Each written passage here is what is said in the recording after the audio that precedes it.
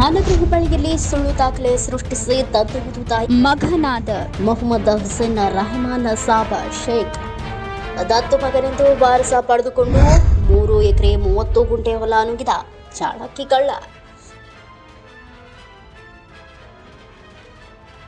ಚಾಲಾಕಿ ಕಳ್ಳನ ಕೈಚಳಕಕ್ಕೆ ಕೈ ಸೇರಿಸಿದ ಧಾರವಾಡ ಜಿಲ್ಲೆ ಸರ್ಕಾರಿ ಅಧಿಕಾರಿ. ಯಾರು ಏನು ಅರಿಯದ ಹಿರಿಯ ಜೀವಿಯನ್ನು ನಂಬಿಸಿ ಕುತ್ತಿಗೆ ಕೊಯ್ದ ದಗಾಕೋರ.